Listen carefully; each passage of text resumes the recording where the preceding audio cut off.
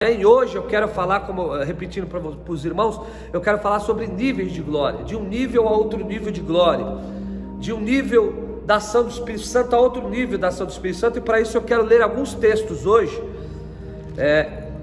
de Atos, né? E a reflexão vai ser sobre o livro de Atos dos Apóstolos, a começar do capítulo 2, onde começa a inauguração da igreja, onde a igreja se inicia exatamente na festa de Pentecostes.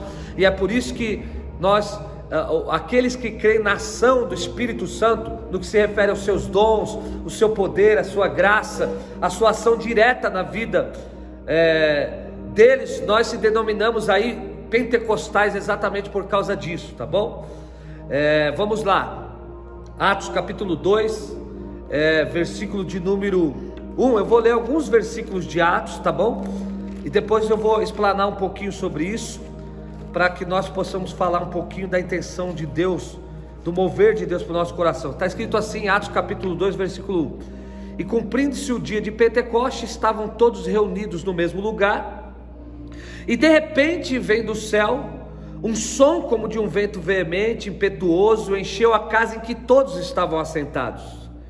E foram vistas como línguas repartidas como de fogo, que pousaram sobre a cabeça de cada um deles. E todos foram cheios do Espírito Santo e começaram a falar em outras línguas, conforme o Espírito Santo lhe concedia que falassem. Agora, Atos capítulo 3, versículo do 1 ao versículo 3, ao versículo 6, quer dizer. E Pedro e João, subindo junto do templo, na hora da oração, a nona, era trazido um varão que desde o ventre da sua mãe era coxo, o qual todos os dias punham à porta do templo chamado Formosa, para pedir esmola aos que entravam. Versículo 3 de Atos 3. O qual, vendo Pedro e João, que iam entrando no templo, pediu que desse alguma esmola. E Pedro, como João, fitando os olhos nele, disse: olha para nós. E olhou para ele, esperando receber alguma esmola, alguma coisa. E Pedro disse: não tenho prata e nem ouro, mas o que eu tenho te dou. Em nome de Jesus Cristo, o Nazareno, levanta-te e anda. E tomando o aleijado pela mão, ou paralítico, levantou, e logo seus pés e artelhos firmaram. E aquele paralítico, saltando, versículo 8, pôs-se em pé e andou e entrou no templo, e andando e saltando ia louvando a Deus. Agora Atos capítulo 5, versículo 14 e 15. E a multidão dos que criam no Senhor, tanto homens como mulheres, crescia cada vez mais. Agora olha aqui o versículo 15: de sorte que transportavam os enfermos para as ruas, e punham em leitos, em camas, para que ao menos a sombra de Pedro, quando ele passasse, cobrisse algum deles, né? Então olha aqui, e aí você vai ver, versículo 16: das cidades circunvizinhas concorriam muita gente a Jerusalém, conduzindo enfermos, atormentados de espírito imundo, os quais todos eram curados. Então aqui em Atos 5 diz que quando Pedro passava, a sombra de Pedro passava, pessoas eram completamente curadas. Atos 19, versículo 11 e 12, está escrito assim, Atos 19, versículo 11 e 12, vamos lá, vamos numa jornada aqui do livro de Atos. Eu sei que está sendo um pouco exaustivo a leitura, mas é um seminário, né? Então vamos lá, está escrito assim: e Deus, pelas mãos de Paulo, fazia maravilhas extraordinárias, de sorte que até os lenços e aventais que se levavam do seu corpo aos enfermos, as enfermidades fugiam deles. E a pessoa chegava, o lenço, a Bíblia usa o termo que fugia, e os espíritos malignos saíam. Agora o último versículo para nós meditarmos um pouco aqui nos níveis de glória, versículo 28, capítulo 28, me desculpa, o último capítulo do livro, versículo de número 8 e 9. E aconteceu que lá na ilha de Malta estava de cama, enfermo, com febre e diarreias, o pai de Públio. E Paulo foi ter com ele, e havendo orado, pôs as mãos sobre ele e o curou. E feito por isto, vieram também ter com ele os demais que na ilha de Malta tinham enfermidades, e todos saravam. Vamos lá. Então, irmãos, eu quero hoje falar sobre os níveis de glória do Espírito Santo. Eu quero começar contando uma história para você, um exemplo. Um certo mestre, alguns dos seus discípulos eram jovens que estavam interessados como que eles serem cheios ou batizados ou tomados pelo Espírito Santo, ter uma vida repleta do Espírito Santo. E eles foram então para aquele mestre, para aquele homem que era cheio do Espírito Santo, e perguntaram para ele: ô mestre, como que nós fazemos para ter uma vida cheia do Espírito Santo? Ele falou assim: olha, vamos fazer o seguinte. Tinha mais ou menos 10 jovens, e ele disse assim: ó, eu vou dar uma lição para vocês, mas vai ser prática hoje. Ele pegou uma peneira e ele deu na mão de cada jovem, e ele disse assim: ó, vai até o rio e enche essa peneira com água, né? E me traz ela cheia. Então os 10 jovens correram até o rio e começaram a tentar encher a peneira com água. Quando eles punham a peneira no rio, a peneira ficava cheia. Quando eles tiravam, a peneira esvaziava. Lógico que no início, rapidamente, alguns jovens falaram: isso daqui é impossível, como que eu vou encher essa peneira de água? Nós viemos aqui por obediência, porque eu já sabia que não ia encher. E foi um embora, passado-se 10 minutos um foi embora, passado-se meia hora outro foi embora, passado-se 1 hora outro foi embora, passado-se 2 horas só tinha 2, passado-se 3 horas ficou um jovem lá. E o pastor, sabendo que eles estavam lá, né, ou ele foi lá ver se alguém tinha permanecido lá, ficou um jovem só. E o jovem estava lá tentando encher a peneira. E quando ele chegou perto do jovem, ele disse assim: e aí, jovem, o que está acontecendo? Por que você não voltou com a peneira cheia? Ninguém voltou com a peneira cheia. Ele disse: olha, ô mestre, é o seguinte, toda vez que eu tiro a peneira ela desvazia, mas toda vez que eu coloco a peneira ela fica cheia. E aí então o mestre disse para ele assim: esse é o segredo de ter uma vida do Espírito Santo, é você permanecer nele para sempre. Você tem que estar mergulhado em Deus, porque a palavra batismo, quando nós usamos batismo do Espírito Santo, fala de imersão, de mergulhar no Espírito Santo. Manter uma vida cheia do Espírito Santo não é ter um momento de oração, não é vir um momento no culto, ou ter uma experiência única do Espírito Santo, onde você fala: eu já recebi tudo que eu tinha que receber.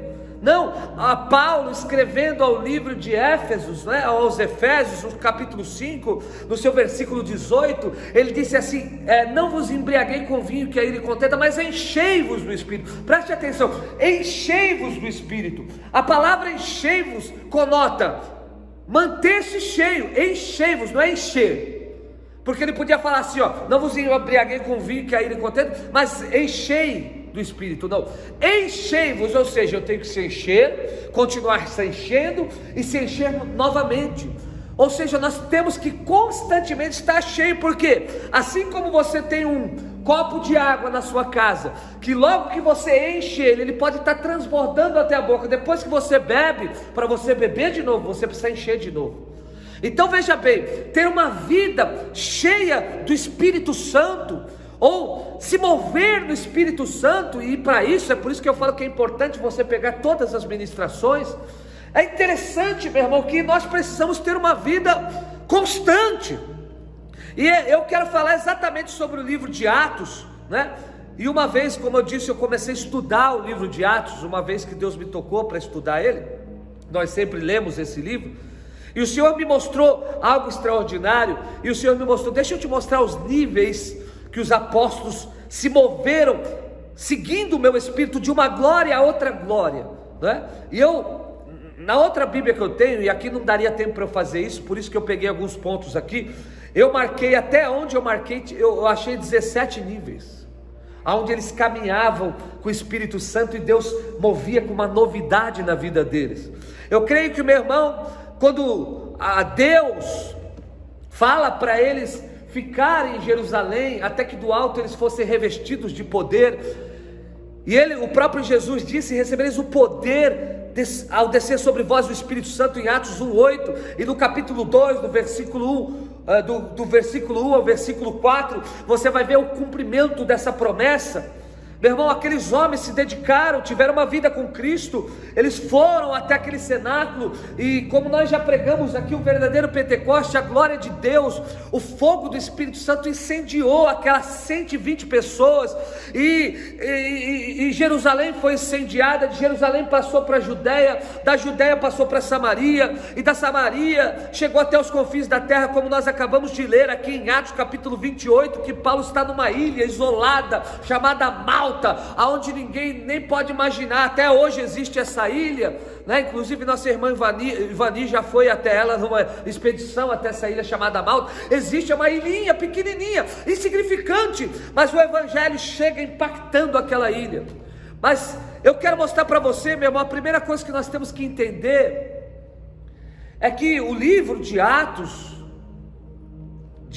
dos apóstolos é o livro da igreja, né? Da história da igreja. Como que eu falei aqui já um dia, o livro de Atos é o único livro que não termina, porque é o livro da história da igreja.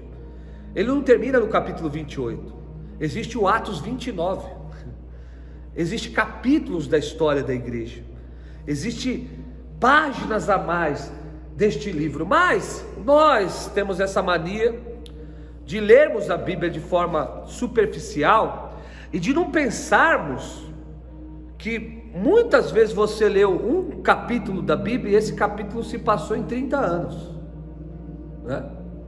Porque nós pensamos assim, eu li em 1 minuto, deve ter durado o mesmo tempo. E tem vezes, meu irmão, que você pega um texto da Bíblia, um capítulo, e demorou 30 anos para ele todo for escrito. E o livro de Atos foi escrito num período de 30 anos, desde o capítulo 2 da inauguração da igreja, ou melhor, até do capítulo 1, quando Cristo ressurreto andou com seus discípulos, até o seu capítulo 28, se passaram 30 anos, né? E Lucas, sendo ele historiador, acompanhou muitas viagens de Paulo e escreveu muitas coisas, ele foi até testemunha de muitos fatos, certo? Mas passaram-se 30 anos. Então, quando nós chegamos aqui no capítulo 28, já faz 30 anos do Pentecoste, 30 anos daquele dia, do Atos capítulo 2, que o Espírito Santo caiu e incendiou aqueles homens. Então, nós começamos a ver que a questão, e aí é a questão de nós fazermos uma conferência de Pentecoste, e eu creio que até mesmo o último grande avivamento histórico que houve aqui no planeta, chamado o avivamento da Rua Azusa, não é? Aquele homem chamado William Seymour, influenciado pelo William Parham, né? Ou Parham, que foi um homem que pregava o batismo, a volta da igreja com o batismo do Espírito Santo, com a evidência de falar em línguas, porque até aquele tempo não existia evidência, embora algumas experiências esporádicas já tinham existido, mas ainda não tinham se adotado como evidência.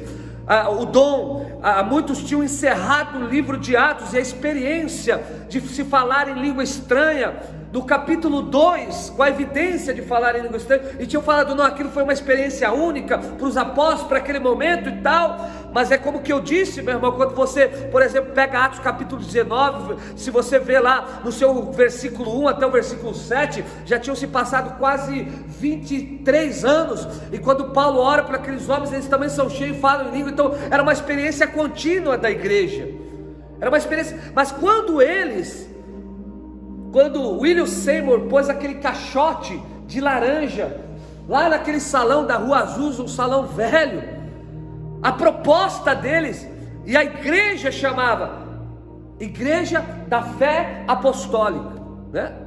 ou chamado Movimento da Fé Apostólica. E por que eles batizaram como Movimento da Fé Apostólica? Porque na verdade eles queriam voltar para as origens da igreja, acreditando que o mesmo Deus que moveu a igreja de forma sobrenatural, com um poder tremendo, de onda após onda, de glória após glória, aleluia, um poder extraordinário, esse poder ainda estava disponível, aleluia, porque o Espírito Santo, como o que eu disse, a história da igreja não terminou, e eu creio, meu irmão, que Deus quer escrever o capítulo de Atos 29, e esse 29 Deus quer fazer com a história da sua vida. O Senhor quer se mover na sua vida, o Senhor quer tocar a sua vida, o Senhor quer, aleluia, te dar experiência, a experiência pentecostal, que é você ter uma vida com o Espírito, um toque do Espírito, receber um poder do Espírito Santo, aleluia, algo muito maior simplesmente do que uma simples conversão,